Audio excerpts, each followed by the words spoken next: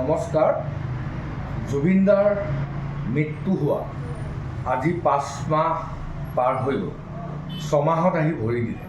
কিন্তু জুবিনদাৰ মৃত্যুৰ উচিত তদন্ত অসমবাসী ৰাইজে আজিৰ তাৰিখলৈকে আমি দেখা নাপালোঁ। নিৰ্বাচন আহিব আৰু যাব, কিন্তু অসমীয়া মানুহে, অসমৰ মানুহে, আমাৰ মৰমৰ শিল্পী সকলোৰে হিয়াৰ আমঠু জুবিনদাৰ মৃত্যুৰ উচিত তদন্ত নোপোৱালৈকে আমি যুঁজি থাকিব লাগিব। যুঁজি জুবিনদাৰ মৃত্যুৰ প্ৰকৃত ৰহস্য, প্ৰকৃত ঘটনা আমি ৰাইজৰ মাজলৈ লৈ যাব লাগিব। জুবিনদাৰ মৃত্যু হোৱাৰ পিছত জুবিনদাৰ গোচৰ চলি আছে, আৰু জুবিনদাৰ গোচৰটো জুবিনদাৰ পৰিয়ালৰ মানুহে, জুবিনদাৰ পত্নীয়ে আৰু সমগ্ৰ অসমৰ জনতাই জুবিনদাৰ গোচৰটো ফাষ্টে আদালতত চলাবৰ কাৰণে কৈ থকাৰ পিছতো আজিৰ তাৰিখলৈকে অসম চৰকাৰখনে জুবিনদাৰ মৃত্যুৰ গোচৰ ফাষ্ট ট্ৰেক আদালতত চলোৱা নাই, আৰু জুবিনদাৰ মৃত্যুক লৈ হেতালি খেলি থকা আমি দেখিবলৈ পাইছোঁ।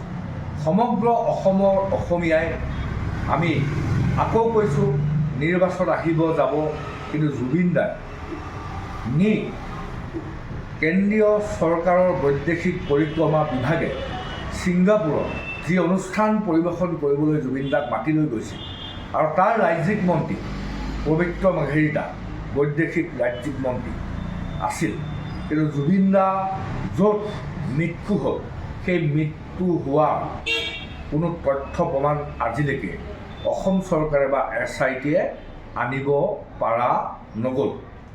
জুবিনদাৰ মৃত্যুৰ সময়ত যিসকল ছিংগাপুৰত থকা জুবিনদাৰ লগত যিসকল ব্যক্তি আছিল, সেইসকলক আজিৰ তাৰিখলৈকে গ্ৰেপ্তাৰ কৰি জেল হাজতলৈ প্ৰেৰণ কৰা আমি দেখিবলৈ নাপালোঁ। আমি দাবী উত্থাপন কৰিছোঁ যে জুবিনদাৰ মৃত্যুৰ আচল প্ৰকৃত ৰহস্য আমি যেতিয়ালৈকে নাপাম, আমি অসমৰ অসমীয়াই যুঁজি থাকিব লাগিব। যুঁজি আমি জুবিনদাৰ প্ৰকৃত মৃত্যুৰ ৰহস্য উদঘাটন কৰিব লাগিব।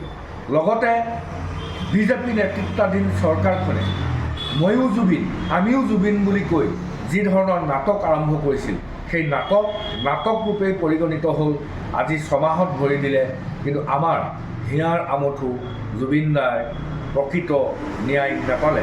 গতিকে মই সমগ্ৰ অসমবাসী ৰাইজক হাতজোৰ কৰি অনুৰোধ জনাইছোঁ, পুনৰবাৰ কৈছোঁ, নিৰ্বাচন আহিব যাব, আমি জুবিনদাৰ ন্যায়ৰ কাৰণে ধাৰাবাহিকভাৱে আকৌ নতুনকৈ ধাৰাবাহিকভাৱে আমি আন্দোলন আৰম্ভ কৰোঁ আহক।